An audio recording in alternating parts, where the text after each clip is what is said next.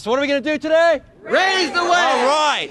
Again. Raise the wage! There we go. Well, I'm proud to be here today. We're going to get this done this year. There's three important elements I want to talk about this bill. One, it's an anti-poverty bill.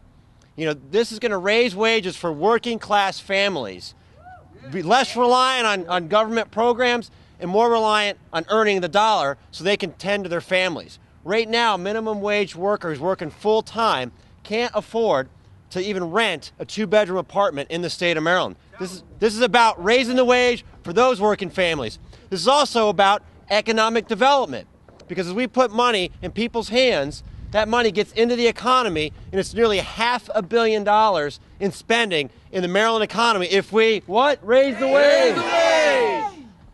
And third, this is about a middle-class working families bill. So anti-poverty legislation, economic development legislation, and middle-class working families legislation. Right now, at $7.25 an hour, there are 19 states and the District of Columbia that have a higher minimum wage than the state of Maryland. What does that amount to if you're working full-time? That amounts to $15,080 a year. How can a family survive on that?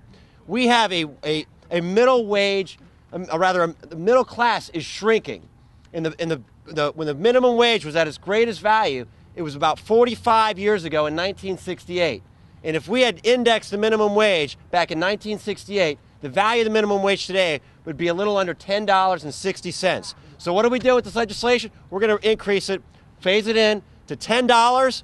We're going to increase what tipped workers receive, and then we're going to index it going forward so the value of the minimum wage doesn't erode. The minimum wage is about middle-class families and making sure that middle-class families can make a living, raise a family in the great state of Maryland. I'm proud to be part of this and looking forward to do what? Raise the wage! Thank you all very much.